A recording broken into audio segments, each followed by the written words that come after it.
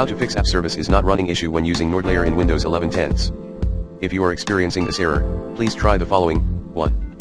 Press start and type services to open the services app. 2. Find NordLayer.VPN service. 3. Right click and choose restart.